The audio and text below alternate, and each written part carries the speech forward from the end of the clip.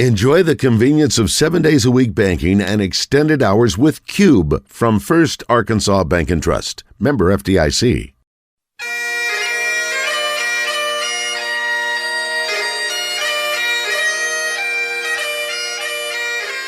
It's time for From the Short Grass with Trey Schaap, a golf podcast for those who love golf, struggle with golf, and just like to enjoy the outdoors and fellowship with friends, all while chasing a ball around trying to put it in a 4 1/4 inch diameter hole. From the Short Grass is brought to you by Blackman Auctions. For over 80 years, better auctions have always been Blackman Auctions. By MinnowsPlus.com. From baits to waders, if it helps you catch a fish, they have it.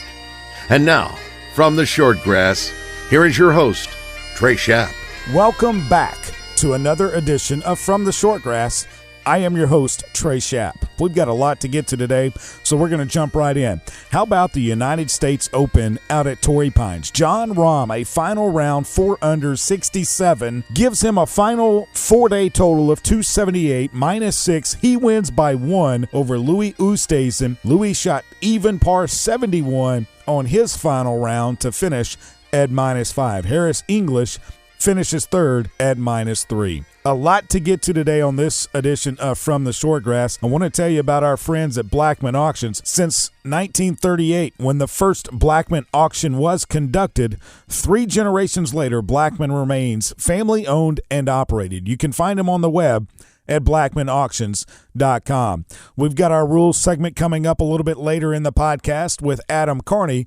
But first, we're going to sit down and talk to the Chief Operating Officer out at the Alotian Club, Mr. Dan Snider. That's coming up after this break. Stay with us. Minnows Plus is your local source for live bait and live well supplies. They carry the entire line of SureLife products, everything from Better Bait and Finer Shiner to no ammonia products to keep your bait and your catch thriving till you get back to the dock. They are the best source for all your private land ponds. Minnows Plus has fish food and pond fertilizer to keep your pond healthy and thriving all year long. If you own or run a bait and tackle shop and need to resupply, contact Minnows Plus and ask about their wholesale prices. Open to the public and walk-ins are welcome. Find them on the web at minnowsplus.com. This is Thomas Blackman with Blackman Auctions. Me sponsoring a golf show is great irony. I've been a phenomenally bad golfer for 30 years. I don't know the difference between a penalty area and a bunker. I like it, but I'm really bad. You listen to this show and to Trey because he's a great golfer and knows the game backwards and forwards. I know auctions like Trey knows golf. I've been a professional auctioneer for 30 years. I know auctions. Trey knows golf. Listen to the correct expert. Call me to learn about auctions, not Trey. Since 1938, better auctions are Blackman Auctions.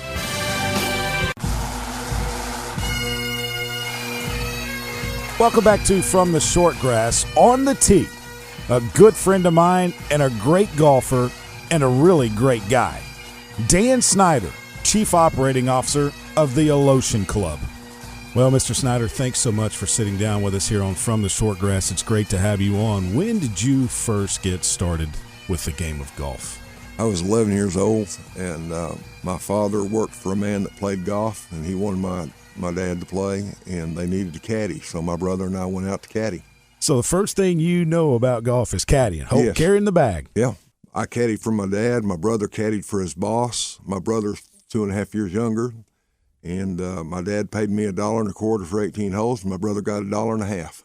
So when did you start playing the game? Right after that, the local golf professional there, there were a lot of kids caddying. I was big into baseball at that time, Little League baseball. And he came up one day and said, "Have you ever played golf?" And I said, "No, sir."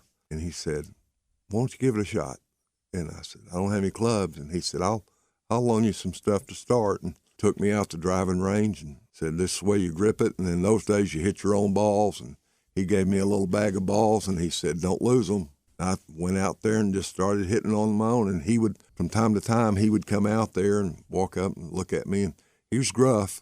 I mean, he would walk up and he'd go, "I didn't tell you to hold a club like that. If you're not going to listen, I'm not going to pay attention to you." And he'd turn around and walk off. Then he'd come back and he'd go, "Now that's the way I told you to hold the club." When did you realize that you wanted to make this a profession? Trey, I got into the business by accident. I was a senior in college trying to graduate, and I was married. And we didn't have 2 nickels to put together. And the golf pro where the team played, where I'd played at the public course, one day stopped me and said, listen, one of my assistants has taken another job, and I'm looking for an assistant pro. And, you know, you've been out here and around here for a long time. I got to think you'd be really good at it. He said, why don't you come to work for me? And I said, well, Mr. Baker, I'd love to do something like that because I need a job and I need the money, but I'm still going to school. And he said, well, I'll tell you what, you get all your classes in the mornings and you can work afternoons and weekends. I said, that's a great deal. So I went to work for him, and I needed the job, and I just loved it. Let's go back to Waterwood National. Tell us a little bit about that great golf course. Well, it was designed by Roy Dye. I think Pete had a lot to do with it.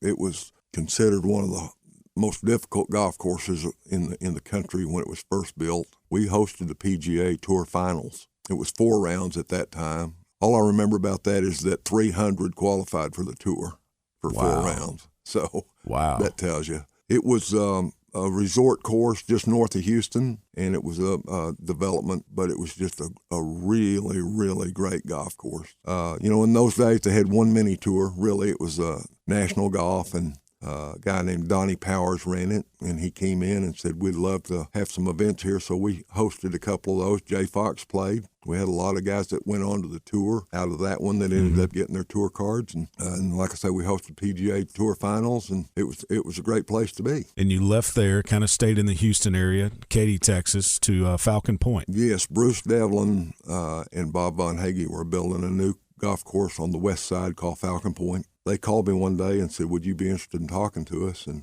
so I had a pretty good opportunity, and I went across the Katy to Falcon Point, and I was there until 1989, and some friends of mine called and said there's a new golf course being built in Little Rock, and we think you might be a great fit there. So I came up and interviewed for it and got the job. Explain the difference in the two courses. I mean, I could do it, but I would say, well, one's wide open, the other one's tree-lined and tight. That'd be the first impression. It would be. Of course, now they've changed grasses. They put bent grass in the new course, or in the Baird course, and the old original course is now Bermuda. The original golf course, the Founders course, the rough originally was fescue, and of course it burned out in the summertime, so we ended up changing it. But it's more of a scores golf course, and it's also more of a golf course where keeping the ball in front of you and below the hole is probably more important than it is on the second golf course. But they didn't want the same thing. They wanted 2 golf courses that, like you say, one is a little easier driving the ball, might be a little tougher around the greens, and then the second one is tougher driving the ball, and the greens really aren't as undulating probably as Founders. Did you start teaching at Chenal, or did you teach a little bit at Waterwood and then at Falcon Point, or did you really start your teaching towards Chenal? Before that, my teaching really got started.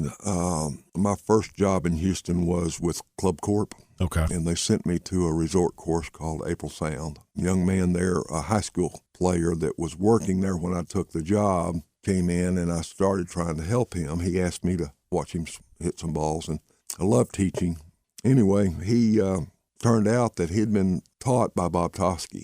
And he and his dad came in one day and said, we want you to go to Florida to meet Bob Toski. And I went, no, I don't want to do that. And they just insisted.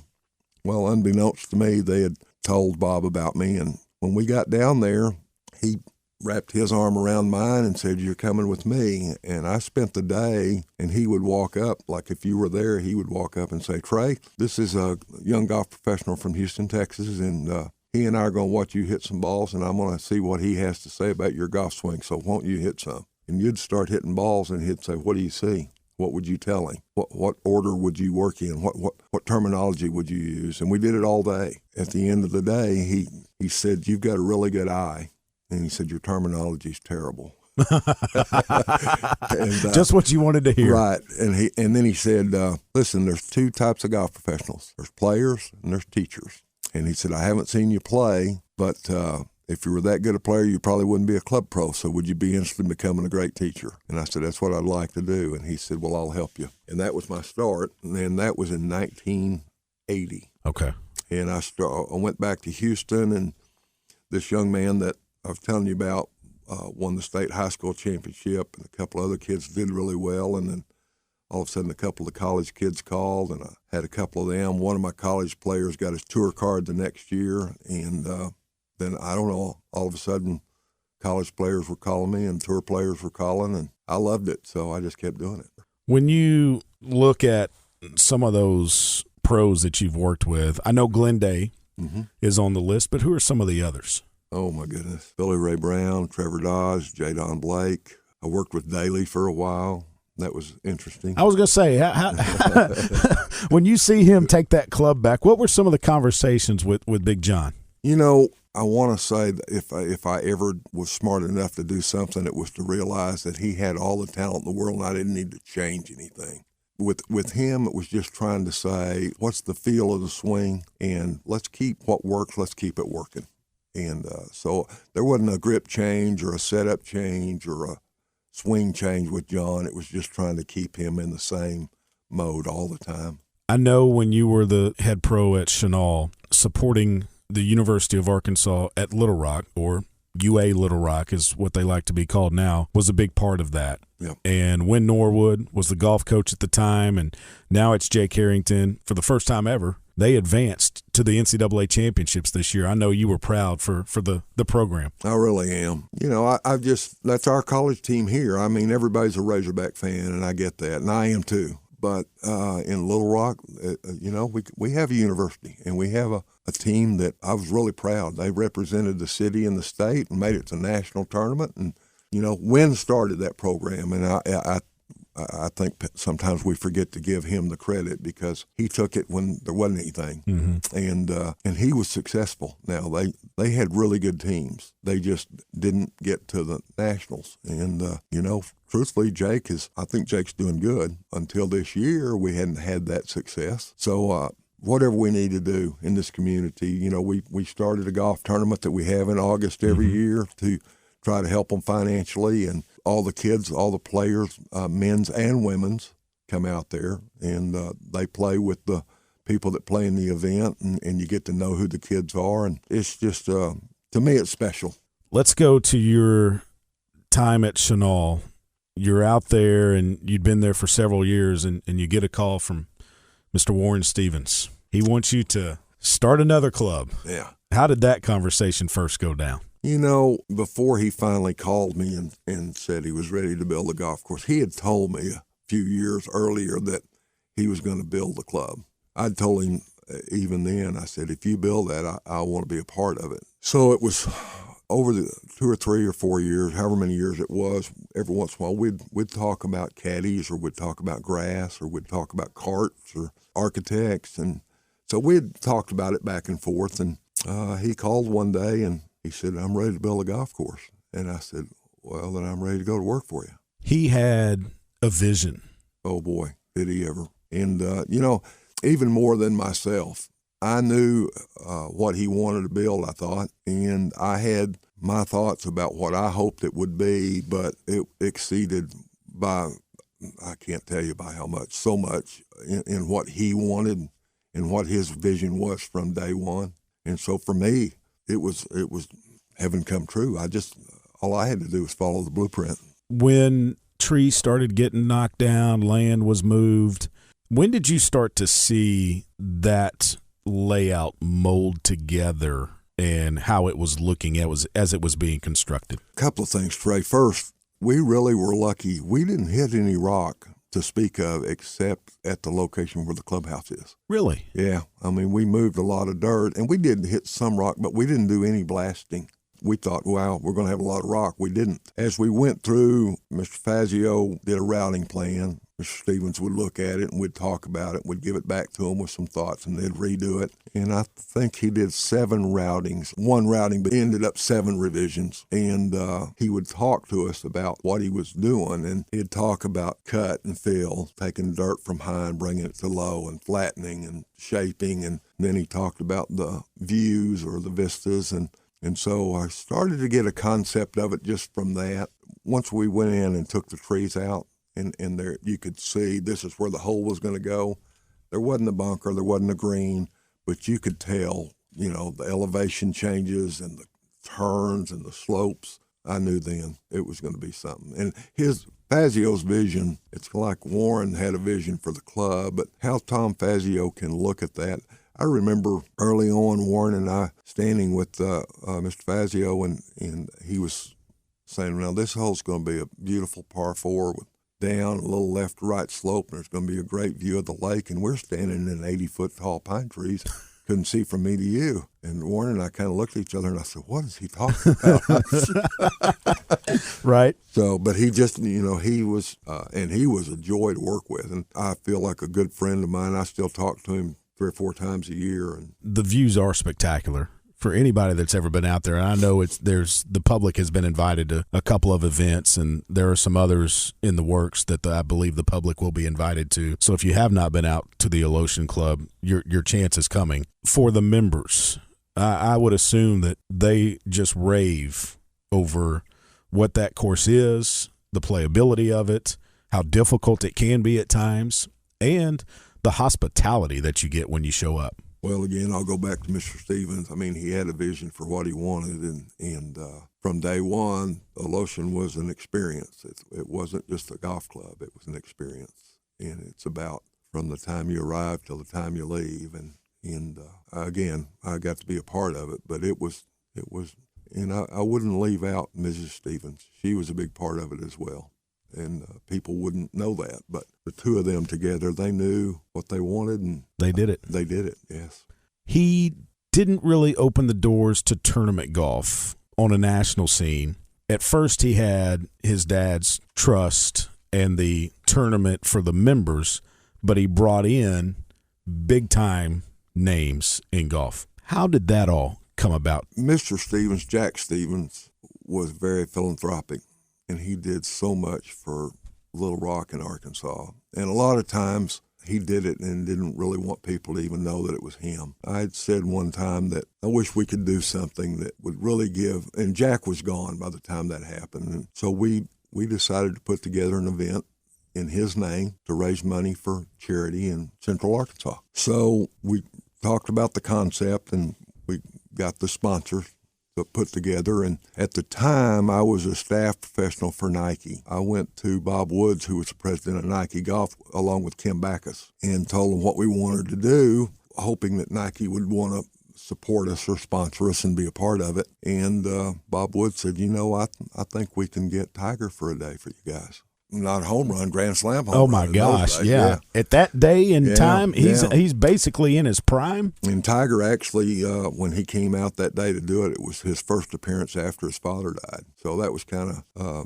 special thing, too. But Tiger came to do the first one, and then through associations, we called, and through friendships, and we got Phil Mickelson to come, and then, of course, we got Mr. Palmer to come, and then Phil came back for that one because Mr. Palmer didn't want to do the clinic at that stage of his life. Then we got Mr. Nicholas, and then the last one we got most of the living Ryder Cup captains. So, yeah, it was, and, you got things like those Ryder Cup captains. Those guys came because of Jack Stevens and Warren Stevens. That's why they came. I remember back when Tiger won his first Masters, Jack Stevens was the chairman of Augusta National. Mm-hmm. That's right. But he wasn't in Butler Cabin to put the jacket on. It was Joe Ford, who was the vice chairman at the time. Mm-hmm. But Nick Faldo, I believe, was the one that put the green jacket on Tiger the first time. I think that's right. Yeah, I think it's right. I think Jack is the one that made those decisions. I mean, he's the one that wanted Joe Ford to do it. Obviously, Joe was great voice, great at it. Yeah, terrific.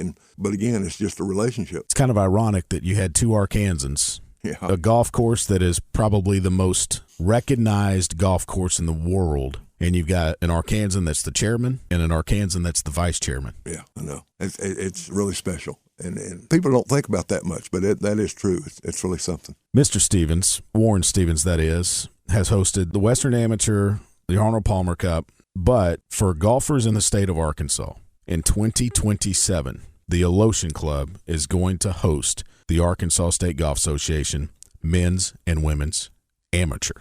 Right. That's big news. I think it is too. Again, this goes back to Warren Stevens' commitment to not just golf, but he has a kind of a special place for amateur golf. That's why he hosted the Western Amateur. That's why he hosted the Palmer Cup. He's had several different opportunities over the years, but his interest has always been in more in amateurs. And stepping up to do this is what's good for amateur golf, but it's good for golf in general, and it's really good for Arkansas, Little Rock, and again, men and women. So, he's doing something that is promoting this game, and it's growing this game, and that's what we need. He didn't have to do it, but it's something that he wanted to do, and I hope people really appreciate all the things. Warren's like Jack in that Warren does a lot of things, Warren and Harriet. They do a lot of things that people really don't know about, and he's not looking for the publicity. But in my mind, in my admiration for the whole Stevens family, I would like for people to realize and know what all he's done, and this is really special. This fall, you're going to have the best 8 collegiate golf teams at the Alotian Club. This is another way of helping promote the youth, the amateurs, because collegiate golfers are still amateurs, players that you might potentially see on the PGA Tour someday. Probably, yeah, potentially. No, it's probably. You're going to see the best players in college golf, and they put this together in this last year. I really myself was hoping that this would be the Warren Stevens. Warren hadn't taken any credit for anything either, as I said before, and we did that deal for Jack, and it is what it is. Warren wouldn't do it. He didn't want his name up in lights, I guess. But they put this together, and it's unique. It's not just the best college teams and players, but it's going to rotate. We start this year. Next year, it's going to Seminole. There's not many clubs in the world that have a better reputation than Seminole. And they just hosted the Walker Cup this year. That's right. And then the third year, it's going to Trinity Forest in Dallas, which just hosted a PGA Tour event. And then I think they haven't announced yet what the fourth one is, but I think it's going to be a 4-course rotation, and then it'll come back. So every 4 years. Yeah. That's something. Well, Mr. Snider, I can't thank you enough. We could talk for hours upon hours about golf because, it's a game I love. I know you love it. You've dedicated your whole life to it. I remember one time I came out to you for a lesson when I was little and didn't have much money, and you looked at my swing, and thank goodness you didn't say, why don't you take a couple of days off and then quit? Oh, no. But I will tell you, the greatest text from you was after I won the Maumelle Classic.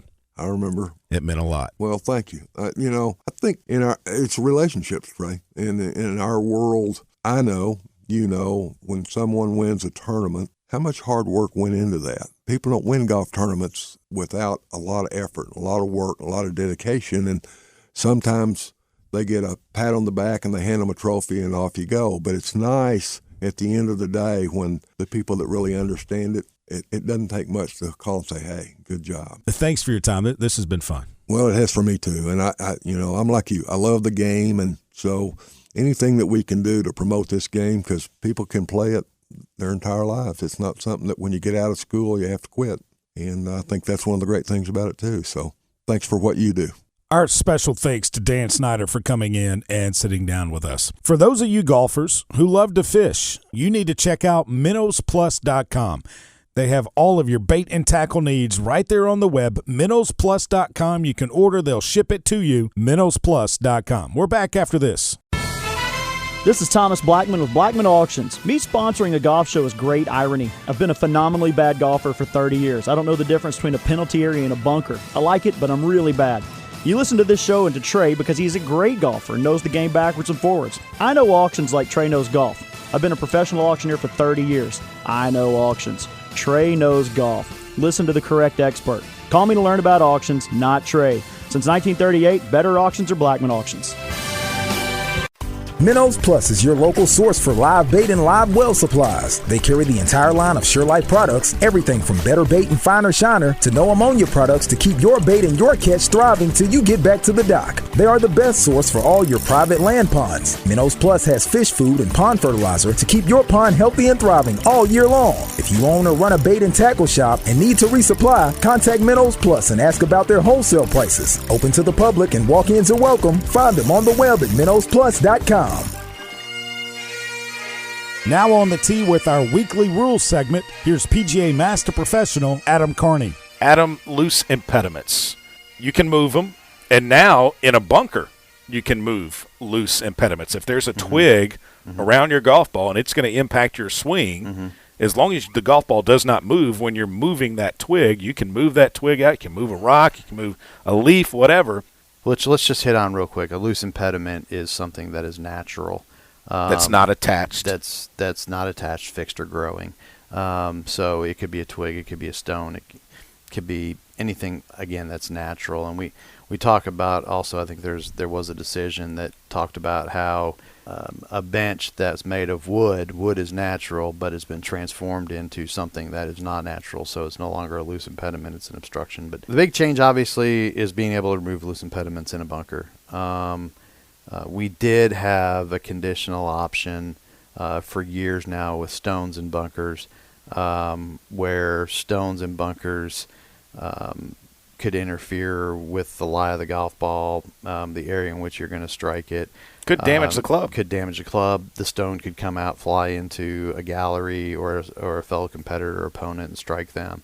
And I think, when it's all said and done, bunkers weren't really designed to have stones in them. They're designed to have sand in them. Right. So, I think what I go back to is the decision from years ago about the half-eaten pear. I don't know if anyone that's a rules guy or gal probably knows that one. And, you've got a guy in the group and a gal in the group in front of you, and she's eating a pear, and she eats half of it, doesn't want it anymore, and tosses it into the bunker, and your ball comes to rest up against that pear. Well, that pear is a natural object, so by definition is a loose impediment, and you can't move it, and that's obviously not fair. So, now we can move those loose impediments, and again, people say, well, when's that going to happen? Well, it happened. That's why it's in the rule book. That's why it made it into what we call the decisions book for years. It's happened, so we had to address it and put it in there, and here was the decision that was made. So, loose impediments are. We've always been able to remove loose impediments, anywhere on the golf course except in a penalty area or a bunker. And now we can move them anywhere, including the bunker. One thing to note is sand and loose soil are not loose impediments, except on the putting green. So if you've played a shot out of the bunker and the sand just went flying onto the bunker and just completely covered up my line of putt, I've always been able to remove that. And you can remove it with a hat, a towel, your hand, a club. A club, yeah, that's fine. Interestingly, sand and loose soil are not loose impediments if your ball's not on the green, so you cannot remove those. However, in the same situation, let's say you're hitting a shot. My ball is on the collar of the green, say 3 feet off the green. You hit that shot, and now all of a sudden I've got all this sand on the collar in front of me. Well, now it's a loose impediment, but it's not on the green. But I'm entitled to the lie-in-line that I had prior to you making your stroke. So under those circumstances, it's kind of one of those equity decisions. I can move that because you disrupted my line with your shot. But if you are the player that hits the bunker shot, the ball does not get onto the green, but yet the sand disperses and it's on the green now in front of your ball, tough luck. Yeah, tough luck to start somewhere. Yeah, that's just one of those things. It's it's the chicken or the egg. What was there first, the sand or the ball? Right. Most likely the sand. Right. So under those circumstances, you're gonna not be able to remove that. If you've got a question on the rules of golf, email us from theshortgrass@gmail.com. We'll get it answered. Time to give a couple of shout-outs here on From the Shortgrass. Our aces in the hole. Jack Williams, number 3 at Sheridan Country Club, and 4-ball win number 13 a couple of weekends ago. So congratulations, Jack. And Bruce Dickey, Paragould Country Club, number 2. I believe it was about 125 yards. He did not use a 5-iron, ladies and gentlemen. I was told he used a pitching wedge. Congratulations on the holes in one. If you have a hole in one, let us know about it. Email us from theshortgrass@gmail.com. I leave you with our quote of the day. Arnold's place in history will be as the man who took golf from being a game for the few to a sport for the masses. He was the catalyst who made that happen. That is from Jack Nicklaus. Make sure you repair your ball marks on the green and a couple of others, and I hope to see you next time from the Shortgrass. You've been listening to From the Shortgrass, a weekly podcast dedicated to the game of golf. From the Short Grass is brought to you by MinnowsPlus.com and Blackman Auctions. This has been a presentation of the Buzz Radio Network.